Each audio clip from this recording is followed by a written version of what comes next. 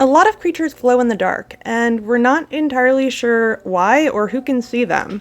Yes, that is a polar bear. I'll explain. This phenomenon was recently discovered in owls. They have a kind of glowing that we refer to as biofluorescence. This is where materials in their feathers absorb light, and then that light is emitted. It was then found that this phenomenon also occurs in mammals, and even ones that spend time in daylight. If you've ever used a black light, you might notice that things that are biotic often glow.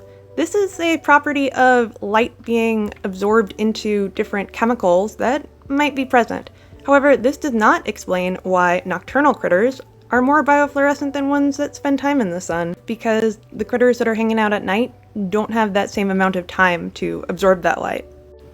It's recently been found that hummingbirds can see light that we aren't able to. That's not considered part of our visual spectrum.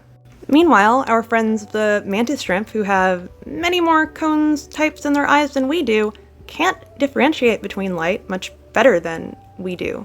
Turns out the reason that they have their technicolor vision is so that they can process it on a surface level quickly, and it doesn't require all that brain power that we use.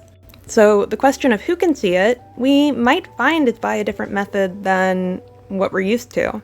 We already know of other kinds of senses that we don't have, like our friends the biofluorescent platypi. They see electricity. Meanwhile, dogs have the ability to sense thermal radiation, infrared. They very likely do this with their cold, wet noses. So it may be a biological quirk that we just happen to stumble upon, or it may serve some greater function, like mate choice or communication. I, of course, like to think that few things are complete accidents.